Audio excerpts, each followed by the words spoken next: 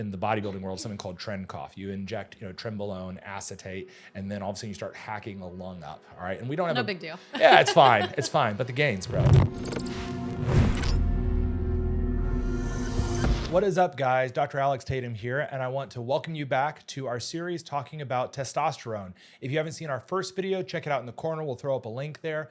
But today, we're going to be talking about forms of testosterone. What are our options, and what are the strengths, weaknesses, and why it might be the best possible form for you? And as always, I'm joined by the lovely Miss Kristen Gumpf. Kristen, thanks for coming in today. Thanks for having me. Absolutely. We work here. We don't have a whole lot of choice.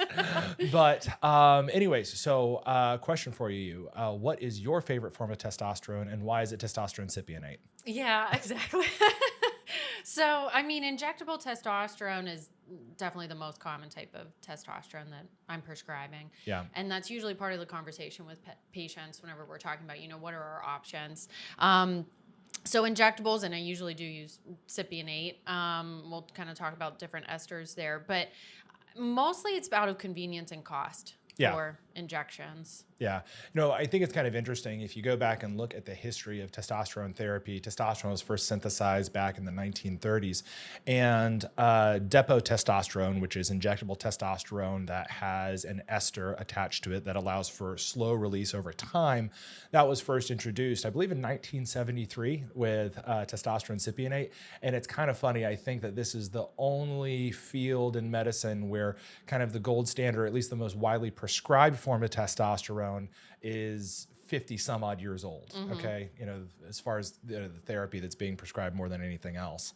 And I think you hit on something which is important, which is the concept of esters. Okay. Whenever we talk about testosterone, people often throw around the term, let's say with estrogens, like bioidentical estrogen and that sort of thing. I think there's with testosterone, you hear that for sure too. People will be like, bioidentical. I want bioidentical hormones. Yeah. Right? And the truth is that all testosterone is bioidentical. And the reason is that with estrogen, there are several different types of estrogens that have differing chemical structures. And so many years ago, whenever making prescription estrogen, they would get that from cows or pigs. And obviously it was less than ideal because the structure of those estrogens was not the same as estrogen that we use, estradiol, for therapy in women. So it became popular to use the term bioidentical when describing estrogen, which makes sense, but for testosterone, it's all bioidentical. What's different is what's attached to the testosterone to allow it to be delivered and allow it last over time. And so for injectables, that's going to be your ester, which is a chemical structure that is attached to the end of the testosterone that allows it to be slowly metabolized over time. So for testosterone cypionate, the half-life, which means the length of time that it takes to go from one concentration to exactly half that, is about 8 days or so. All right. And that compares to testosterone enanthate. You'll find different numbers. It's usually about 4 to 5 days, maybe up to 7 days has been an estimated half-life for enanthate, or propionate, which only lasts like 2 to 3 days. It's like quick on and quick off. Yeah. And the faster the ester, the shorter the ester, and arguably, the less water retention or fluid retention you might get with it, which I don't know. Do you see a lot of fluid retention in our practice? So, not a ton, but some, and I'll kind of switch the ester maybe in that situation sometimes to try. And but talking about half-lives, then that is directly correlated with how often you have to inject. Right. So the testosterone cypionate, I usually have guys inject once a week. I'm a fan of splitting the dose and doing twice weekly dosing too, but I've had a lot of guys try both. Maybe guys who came to me and they were already doing weekly injections, and so we said, let's try doing twice a week. And I've had some guys who liked it a lot and some guys who just went back to once a week. But I tell guys I don't like doing it any less than weekly. Not every other week and not monthly or anything like that. Ideally, lower doses more often. And believe it or not, that used to be how a lot of people would prescribe testosterone. They would I still see it a good bit. Yeah. They'll come into the office, get like a single dose of like 400 milligrams of testosterone, and that's supposed to last them until, that same date next month, which is crazy if you look at the half-life. Like they are at the floor in the, basement by the time that they come back. I would say that the big thing that we're always trying to balance is like convenience and reality versus like what is the most physiologic and the most ideal. Like in a perfect world, right, we would have like a testosterone pump or something like that could give you that morning like bump that you get normally, and you'd just have that work automatically. But that's just like not a thing. And so instead, we have these injectable esters that are most commonly used. And, obviously the more common or the more frequently you dose it, the less likely you're going to have significant aromatization, so conversion from testosterone to estrogen. And you have a decreased incidence of polycythemia or increased red blood cell count where the blood gets too thick and causes problems. But, I think it's a rare patient who's willing to inject himself every single day, right? I know. And so you got to find that balance. I've had 2 guys, I think, come to me and they were already on daily dosing. And so we just continued it. But I have never been the one to recommend daily dosing. So yeah, I have a handful of patients of mine on daily dosing, and I really like it for guys that are willing to stick with it because, it offers a lot of consistency, and especially for patients that are at really high risk of polycythemia, like your kidney transplant patients, or, for patients that have something like polycythemia vera. If that's, their only option, let's say they can't use another form of testosterone, injectable daily cypionate or enanthate is a really good option. Typically, I don't do daily propionate, because it just burns like fire when you inject it, and it's a different compound. It does have its uses though, and I think it is worth mentioning there does exist testosterone suspension, which is just testosterone with no ester on it that you inject, but I don't think I've seen that outside of the powerlifting, world where you're trying to get some massive dose of androgen on board before some, acute stress or need for muscular fiber recruitment. Not a whole lot of application in, day-to-day clinical practice. Because it's in and out in a few hours, right? Yeah, minutes really, an hour or two. Like it is quick on and quick off. Yeah. So it's interesting. It's good to know that it's out there and to understand the pharmacology of it, but doesn't really have a place in the doctor's office for most applications. Yeah. Yeah. So pros with injections, with cost too, it's very reasonably priced, even just paying, cash pay through either retail pharmacies or compounding pharmacies. A lot of times it works out to be like $11 a month or so. Yeah. Which some patients are surprised by that. They think that injections are going to be a more expensive option. Yep. Cons, it's needles. And so I've had some people who pass out in the office just talking about needles. Maybe that's not a great option for them. Yeah. But most people do well with injections. And there's different ways to do the injection too. I mean, classically, testosterone being intramuscular, you can inject subcutaneous as well. So usually just using different needles to do that. And potentially, doing a lower dose again more often if you're doing subcu versus you don't want to inject like 1 cc subcu or anything. Yeah. What's your volume limit for a subcu? Usually 0.5. Yeah. And if I go above that, then splitting it and doing 0.3 twice a week or something like that. I think I've met more than one guy who tried to do more than 0.5, even sometimes at 0.5 subcutaneously, and they'll end up with like these little nodules that just take a long time to go away. So I think subcu is a great option for people that are doing microdosing smaller amounts and more frequently.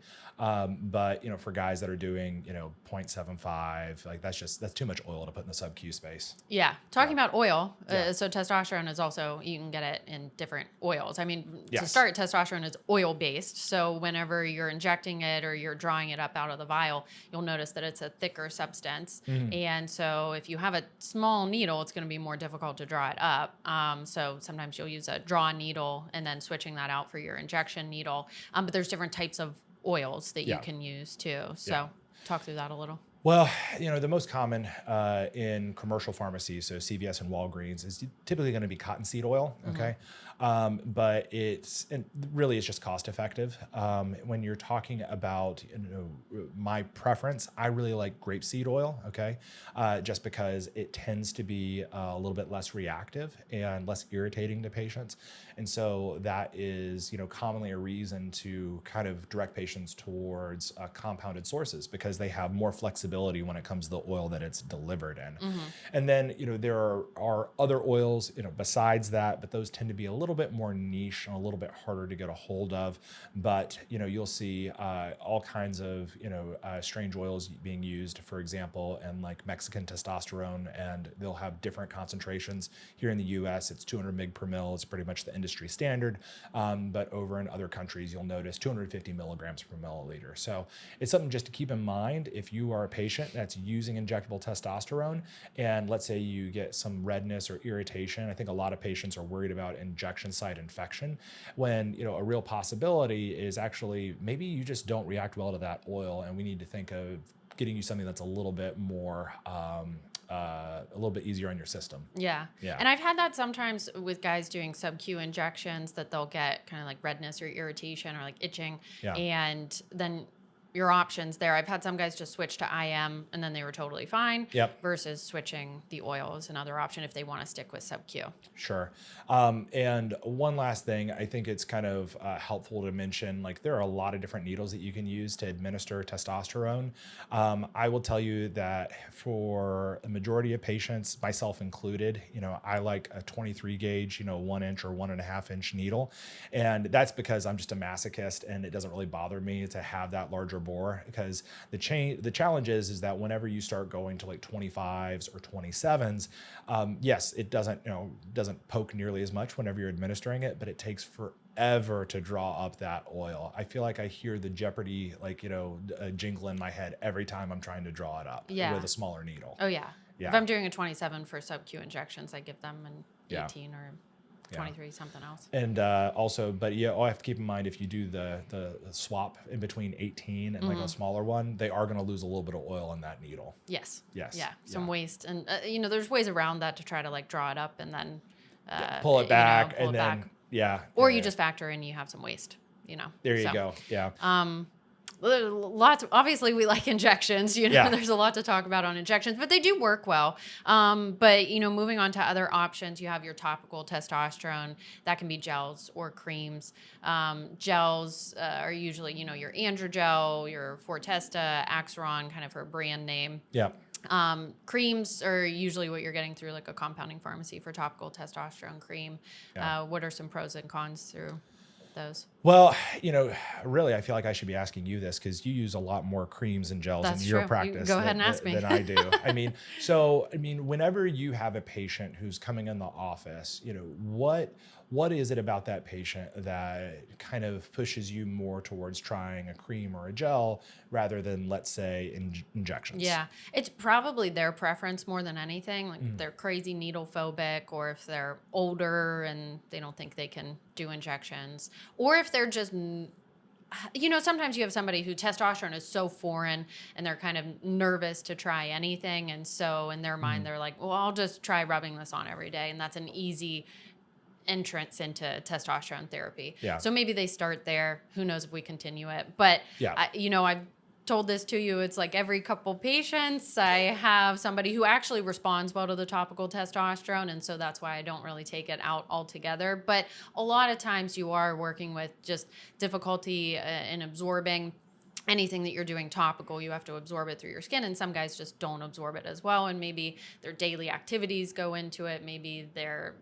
the amount of hair that they have on their skin, or like where they're applying the testosterone, and then there's a small risk of transference too. So if you have skin-to-skin contact with somebody else, you could transfer that testosterone to somebody you don't want to transfer that testosterone to. And so even if it's later in the day, it's dry, and I still tell guys, wash the area first. Kristen, sadly, some of us never have that risk in our lives. But I would say one thing that is a benefit about the creams and the gels is, just like you said, just ease of entry, right? It's probably the least intimidating form. At least it was for many, many years before, the introduction of orals, which we'll get to later. One thing I would say that I find to be a little bit frustrating with the topicals, though, so I would say the pros of the topicals is that they're easy, there's no needles, and it's the branded options have very like clear like doses. But one of the drawbacks is that it's really difficult to say, oh, well, this much androgel worked for this patient, so they need XYZ amount of topical cream, right? Yeah. And I've had patients ask me like, oh, well, how much cream or how much testosterone is in this cream? And, you can tell them like, well, it says 200 milligrams per milliliter, but due to issues with absorption, like there is not a how much direct do you correlation. actually absorb? Yeah. Exactly. Yeah. Which, it also happens with injections to a small degree. If you look at the compounds that have longer esters, those are heavier. So technically, if you're looking at 200 milligrams of testosterone cypionate, that is actually less testosterone than 200 milligrams of testosterone propionate.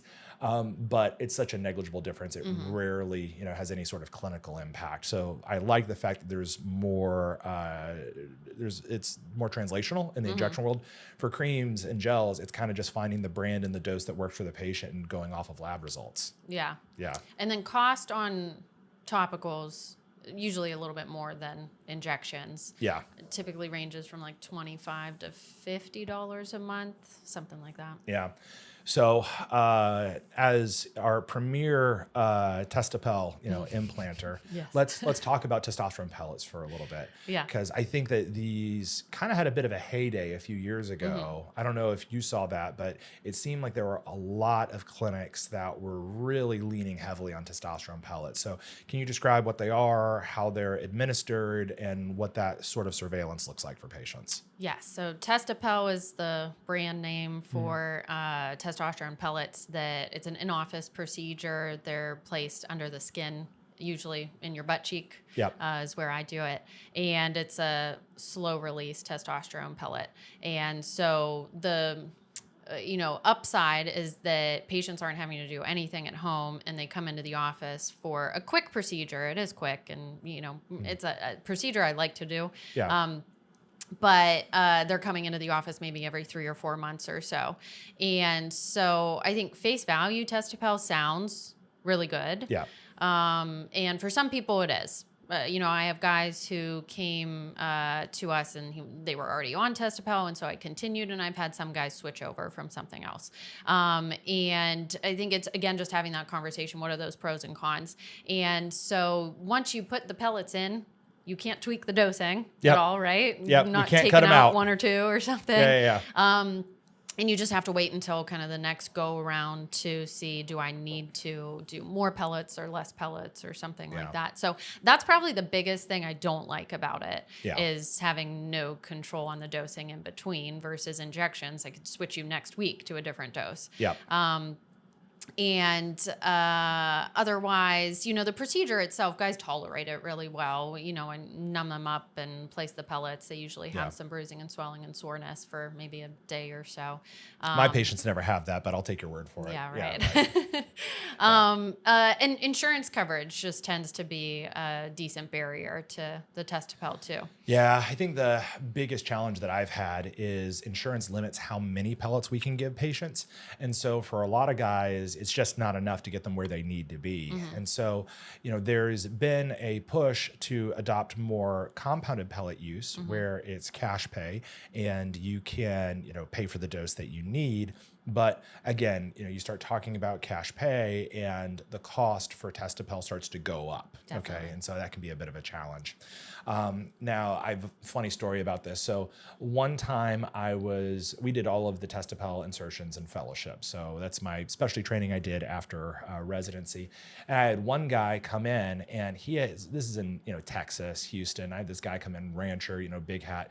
And he's like, all right, I'm ready for my Testopel. And we have to get the patient ready. And, instead of unbuckling his belt and dropping his drawers, I was expecting, the guy starts undoing his bolo tie and the front of his shirt. And I started to get real uncomfortable real fast. Only in a urology office do we get uncomfortable if you take off anything except your pants. Way more uncomfortable shirtless. Exactly. Yeah. I mean, take your pants off all day, but when you start showing me, your chest, I get a little uncomfortable.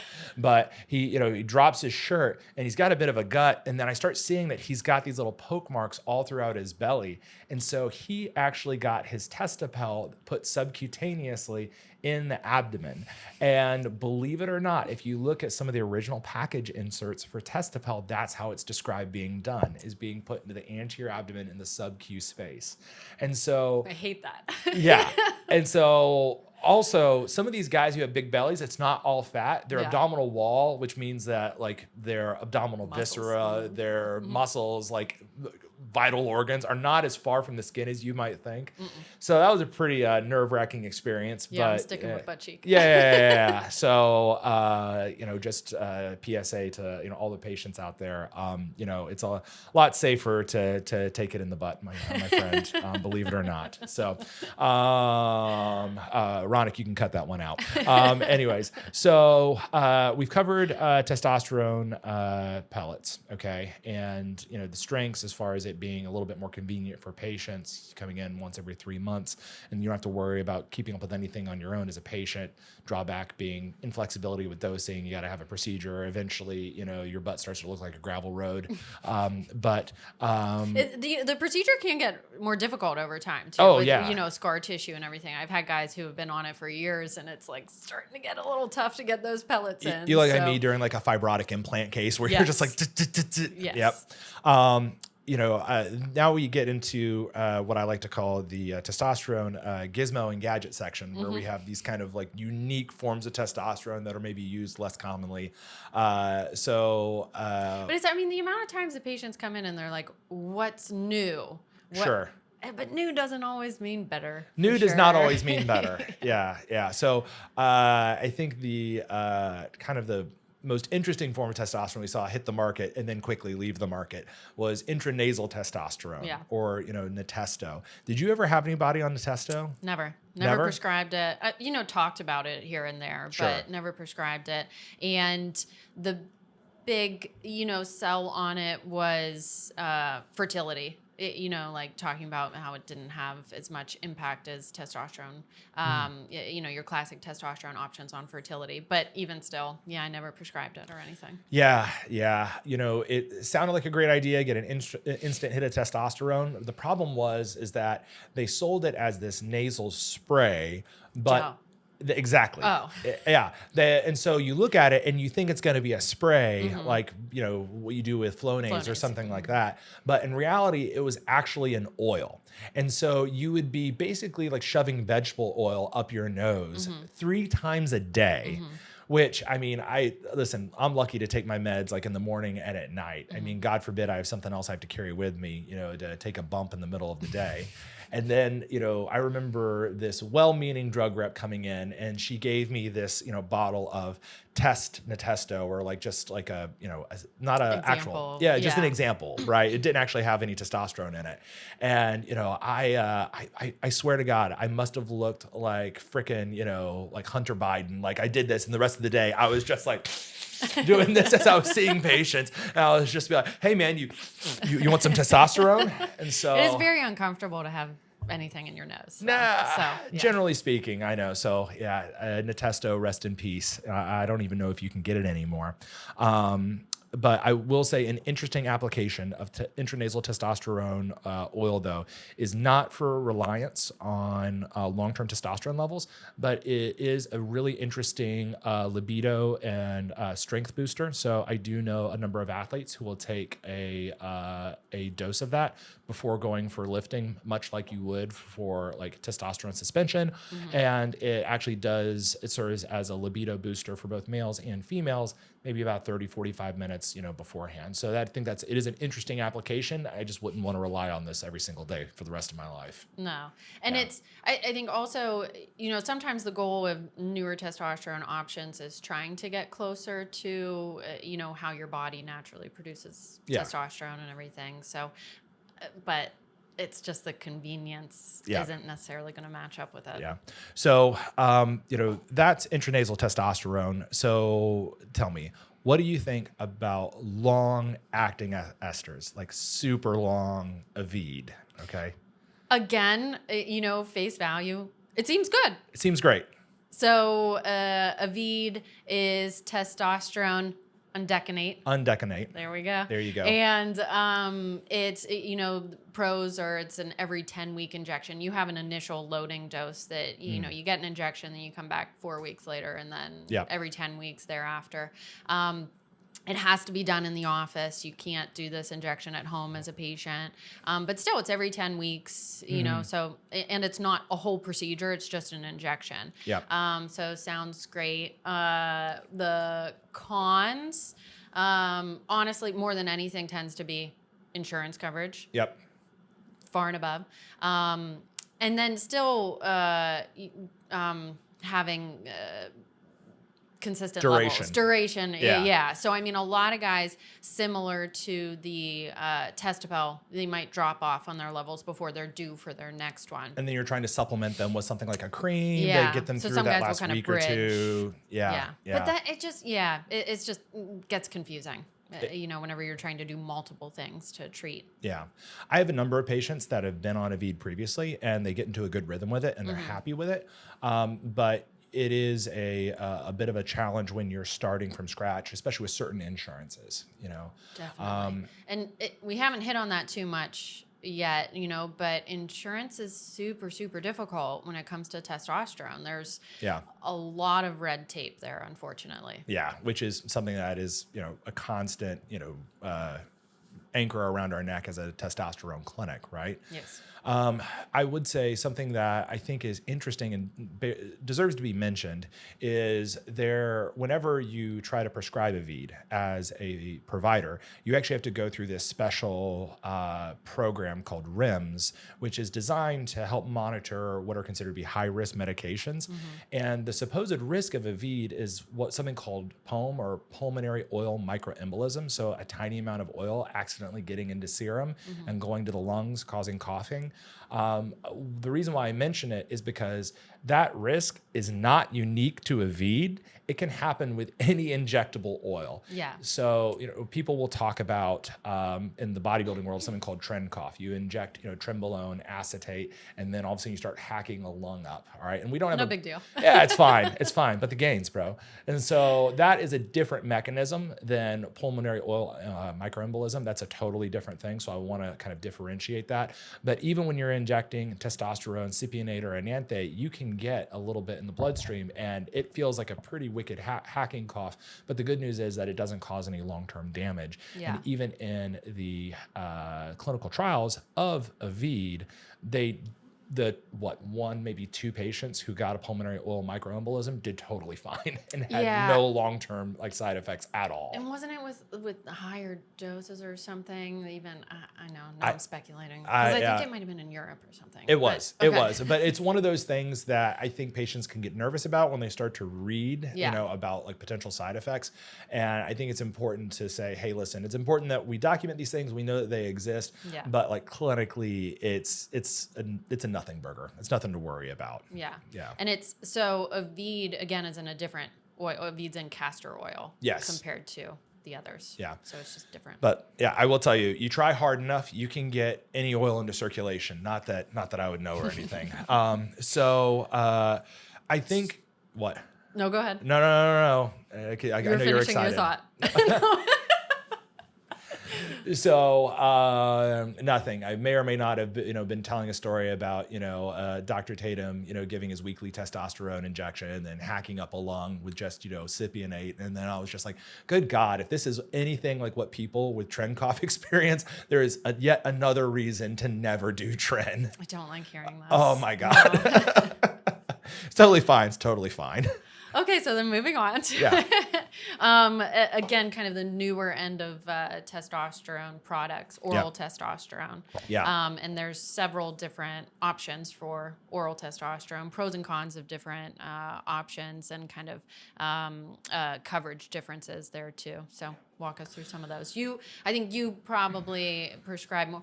I prescribe a decent amount of oral testosterone, but you might have gone through more. Yeah, I mean, I remember, when I came through residency and training, we didn't have an oral option. And so often patients would be like, don't you just have a pill? They come in feeling terrible, low testosterone. You start brandishing needles at them.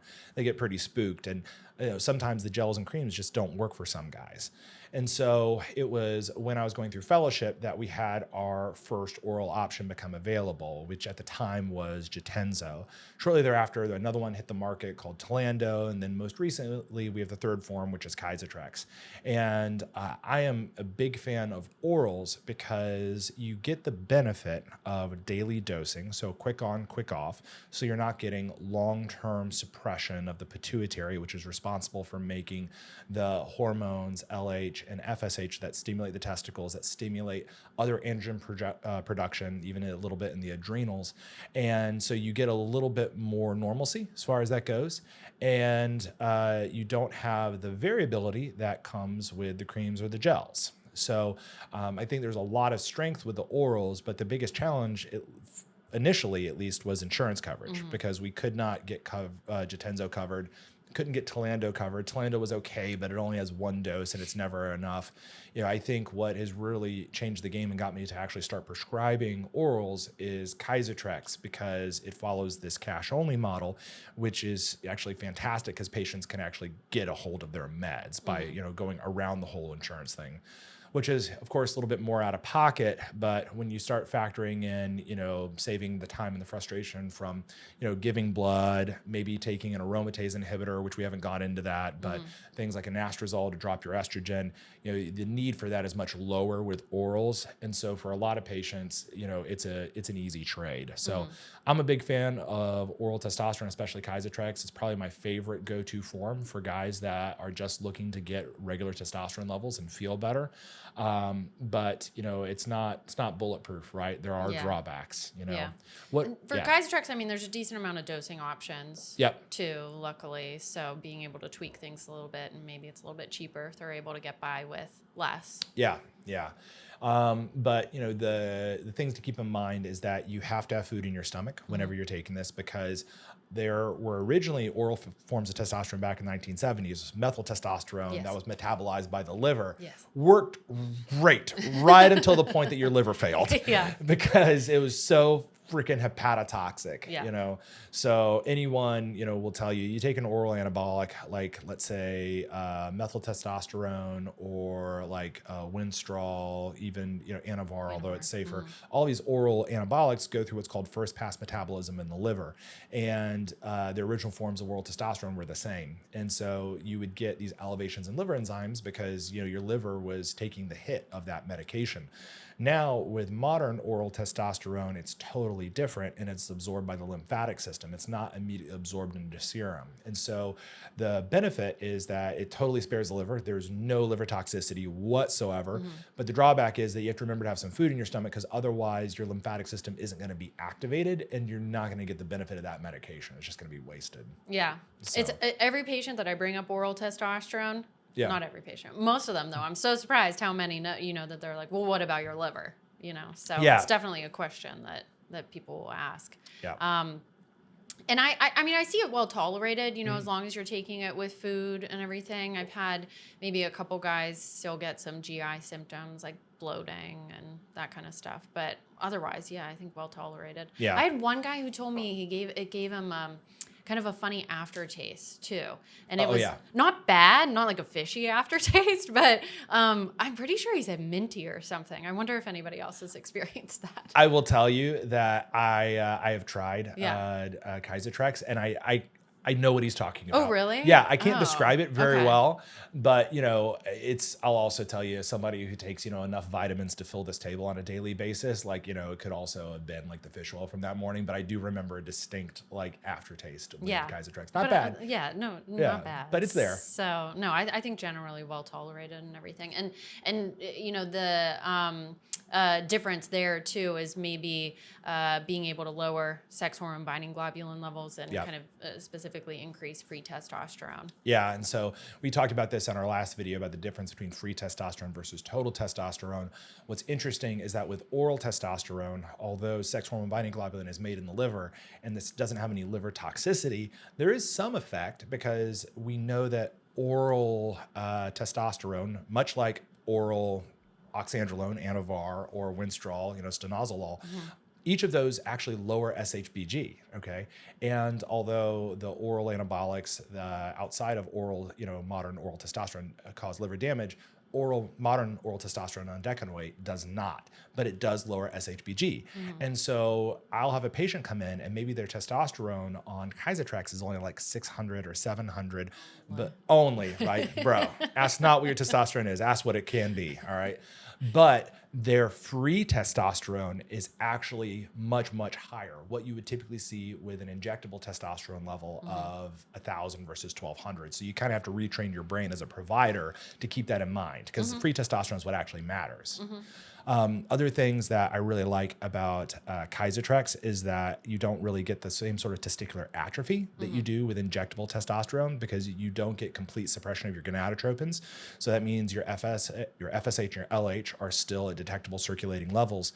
And especially if you add in a SERM, like let's say N-clomiphene citrate on top of that, you can get really decent gonadotropin levels and actually preserve fertility, which I think is unique to oral testosterone, maybe Natesto, which nobody uses anymore. Yeah. But for men that are really concerned about their fertility and aren't done having kids, like that's my go-to option now. Yeah. No, I have several patients on that combo of enclomiphene and probably lower dose Kyzatrex, like maybe 200 milligram tablet at lunch or something. Yeah. But I've seen the difference. One patient in particular that I'm thinking of, and we kind of went through like a decently long process of trying to treat his low testosterone and symptoms, but he was wanting to maintain fertility or preserve fertility and everything. Yeah. And then finally kind of got around to doing enclomiphene and the Kyzatrex, and he's on higher dose Kyzatrex than that. But